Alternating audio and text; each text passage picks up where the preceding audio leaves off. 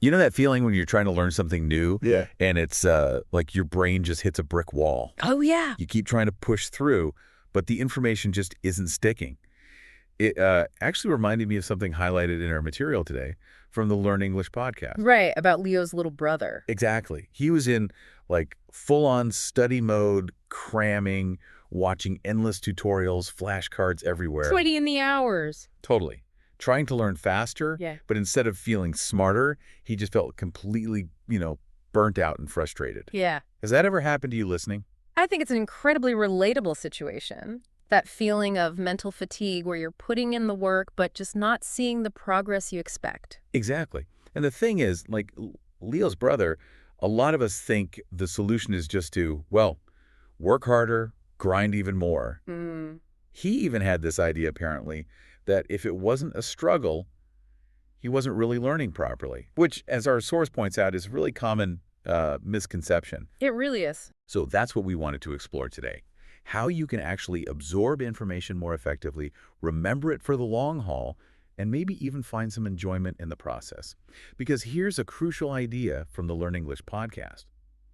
Your brain isn't a machine you just keep loading with data. No, it's more like a garden, they suggested. I like that. A garden. Yeah, it's a compelling analogy, isn't it? So instead of just trying to force information in, we need to think about cultivating the right environment for learning to, well, flourish. Precisely. So our aim today is to understand how to nurture that learning garden for ourselves.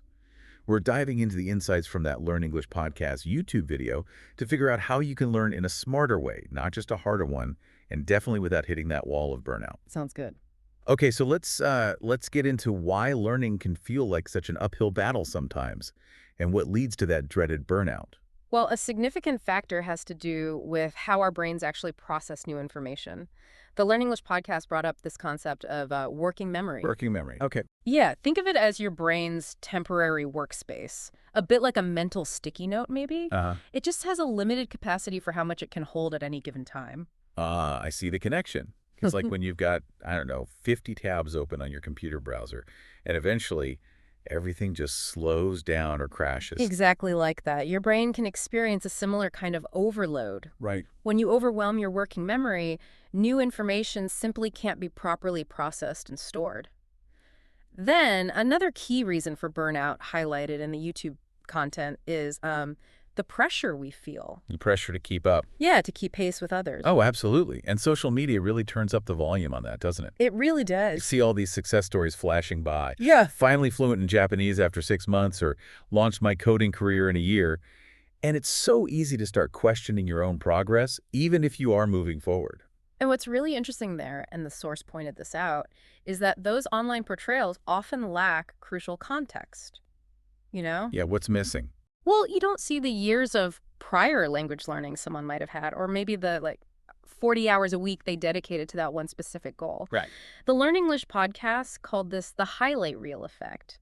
People naturally share their wins, their triumphs, not the messy struggles and setbacks that are, let's face it, a totally normal part of learning anything. That's so true. It just leads to these totally unrealistic benchmarks for ourselves. And when we don't achieve these, seemingly overnight transformations, we can feel like we're failing, even if we're actually making steady progress in our own way. Exactly. It's so important to remember that everyone's learning path is unique. Yeah. And another really common pitfall that definitely contributes to feeling overwhelmed is the urge to learn everything all at once. Oh, the multi-project trap. Yeah. The Learn English podcast even shared a personal example. I think it was trying to juggle learning, coding, playing the guitar, and photography all at the same time. Wow. Okay. And the result? Pretty much what you'd expect. Very little real progress in any of those areas. Oh, I can definitely relate to that. You feel like you're being super productive by having all these projects on the go, but really, you're just diluting your focus, aren't you? Exactly. Your brain needs sufficient time to truly absorb and integrate new information. Imagine trying to pour a huge jug of water into a tiny glass. It's just going to overflow. The analogy? There's a natural limit to how much new stuff your brain can effectively take in at any one time. And you know what the Learn English podcast pointed out is a surprisingly overlooked factor in burnout, something we often just skip. Let me guess.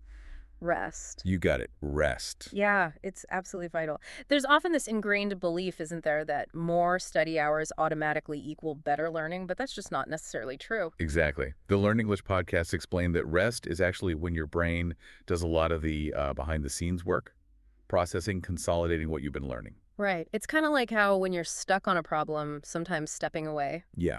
And the solution just pops into your head later, maybe in the shower or something. Precisely. What's fascinating is that these periods of downtime allow your brain to forge connections, between the new information and what you already know. It strengthens those new memories. Okay. So if you consistently skip rest and just keep pushing, well, learning becomes significantly harder and much less efficient in the long run. Okay, so we have a better handle now on why learning can be tough and lead to burnout. Yeah. But, like, how do you actually recognize when you're pushing yourself too hard? What are the signs? Well, one of the main indicators mentioned in the Learn English podcast is mental exhaustion. Right. You sit down to learn, maybe you're even excited about it, but even after a really short period, you just feel utterly drained. Oh, I know that feeling all too well. It's like staring at a page, reading the same sentence over and over. And it just doesn't register. Exactly. Your brain feels completely, like, depleted. Right. The source used a great analogy. It's like your phone battery being down to just 1%. Yeah, struggling. It's struggling to perform even the simplest tasks. And then there's what they described as a really significant warning sign, something really important to watch out for. Oh, what's that? It's when you start to feel apathetic, kind of indifferent towards learning. Oh, okay. You might have been really excited about a subject initially, but suddenly it just feels like a chore, a real burden. Right. And the frustrating part is, even when you try to force yourself to keep going, you're not really absorbing anything anyway. That's a clear signal from your brain saying, hey, I need a break. That makes perfect sense. It's like your internal motivation just powers down. And for me, one of the most disheartening signs is when you put in the hours, you study, watch videos, whatever, but then later when you try to recall that information, It's just gone. vanished. Poof. Exactly. The Learn English podcast connected this to learning just for the sake of finishing, ticking a box, not for truly understanding the material. Like speed watching a movie. Yeah. And then afterwards realizing you barely remembered the plot. The information didn't actually stick. It didn't get embedded in your memory. Okay, speaking of things that seem productive but maybe aren't, I have to admit, I used to think multitasking was some kind of superpower. Oh, really? Yeah, like, why just read when you could read, listen to music, and check your phone all at the same time? More efficient, right? And how did that usually work out for you? Did you remember much? No. You're spot on. It turns out, according to the insights from the Learn English podcast, that true multitasking isn't really a thing. Not for complex tasks, no. What we're actually doing is task switching, rapidly shifting our attention between different activities. Task switching. Okay. And what's really interesting, or maybe not surprising, is that research consistently shows this constant switching significantly hinders learning efficiency. So it feels busy, but it's not effective. Pretty much. Instead of boosting productivity, your brain becomes more scattered, less capable of retaining new information properly. It leads to confusion, not efficiency. So my brain wasn't being a super processor. It was just getting overloaded and kind of worse. Okay, so now for the good news. Are there strategies for learning effectively, maybe even at a decent pace, without feeling like your brain's about to short circuit? Because I'm all for learning, but I prefer it to be a more, chill experience. Absolutely. The Learn English podcast outlined several really practical approaches. The first one they mentioned is micro-learning. Micro-learning. Yeah, which simply involves breaking down your learning into very small, manageable chunks. Okay, bite-sized pieces. Exactly. Instead of trying to tackle an entire complex topic at once, you just concentrate on one specific concept or task. That sounds much less daunting. Yeah. Like instead of trying to read a whole textbook chapter, maybe just focus on one key idea or a section. Precisely. Yeah. Then there's spaced learning, which the source highlighted with the Sapita study. Phased learning, right. This research indicated that reviewing information in short sessions spread out over time dramatically improves memory retention, like by as much as 200% compared to cramming. 200%. Wow. Yeah. Think of it like watering a plant regularly versus just flooding it once in a while. Okay. The consistent, smaller inputs allow the roots of memory to grow stronger over time. It leads to a much more resilient and deeper understanding. So, okay, instead of trying to memorize, say, 100 new vocabulary words in one painful session. You learn maybe 10 a day, and then you revisit them tomorrow, and in 3 days and next week, those increasing intervals. Right. You space it out. Exactly. And this principle applies to pretty much any kind of learning. So think about what you're currently trying to learn. Would it be better to cram it all in last minute or divide it up and review it periodically? Seems obvious when you put it like that. It often is. Another valuable strategy is setting short-term achievable goals, Oh, I like that. So instead of this huge intimidating goal like become fluent in Spanish. which can feel miles away. Yeah. You set smaller targets like learn 5 new travel phrases this week. Exactly. It makes the whole learning process feel less overwhelming and much more attainable. And the great thing about short-term goals is you get those quick wins. Little victories. Yeah. Each time you achieve a mini milestone, it gives you that sense of accomplishment, a little dopamine hit, and motivates you to keep going. It's like clearing levels in a video game, right? Yeah. You get that reward that makes you want to play the next level. It's a great way to look at it. Okay. What other tools do we have in our relaxed learning toolkit? Making learning enjoyable is a really key element. The Learn English podcast suggested incorporating different formats and approaches. Keep things engaging. Ah, so mixing it up. Instead of just passively reading articles, maybe listen to podcasts. Watch informative videos. Use interactive learning apps, or even like game-based flashcards. Exactly. If you're learning history, for instance, watch a documentary, listen to a related podcast on your commute. Maybe test yourself with a quick online quiz.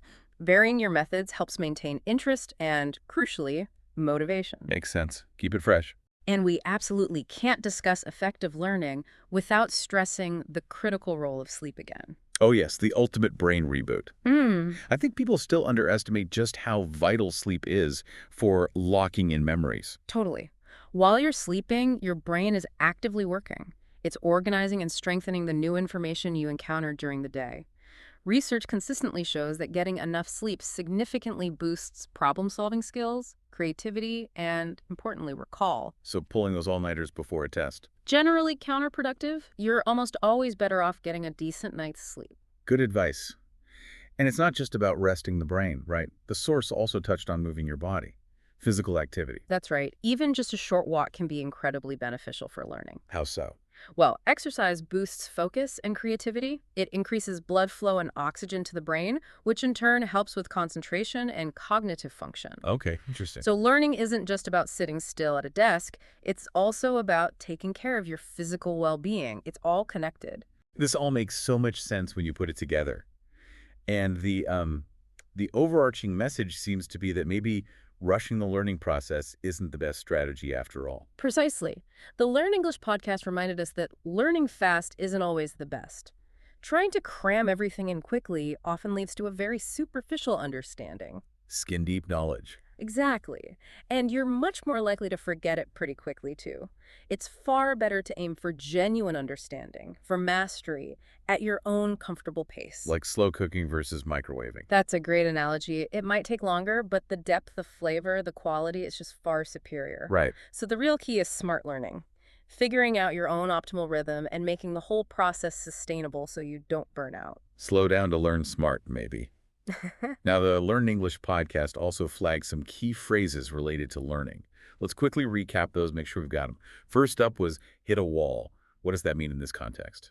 That's when you reach a point where making more progress just feels incredibly difficult, almost impossible. Like, I was studying hard, but after 3 hours, I just hit a wall and couldn't take any more in.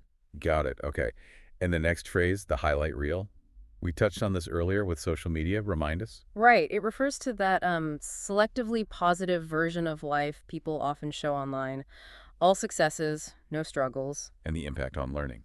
It can create unrealistic expectations and make others feel inadequate about their own perfectly normal learning journey. Okay. Then we had spaced learning. What's the quick definition and benefit? That's the strategy of reviewing information in short, spread-out sessions over time instead of one massive cramming session. The benefit, much, much better long-term memory retention. Right, like that 200% figure. Okay, and task switching. That's when you rapidly jump between different tasks, like studying while checking your phone while listening to music. It divides your attention and makes learning less effective. Not true multitasking. Gotcha. Finally, mental exhaustion. What does that look like? That's the state of extreme brain fatigue from prolonged mental effort, like hours of studying. Makes it really hard to concentrate or process anything new. You might say, after that marathon study session, mental exhaustion hit hard and I couldn't focus anymore. Perfect. Now, let's do a quick check to sort of cement this, and this is for you listening into. First question.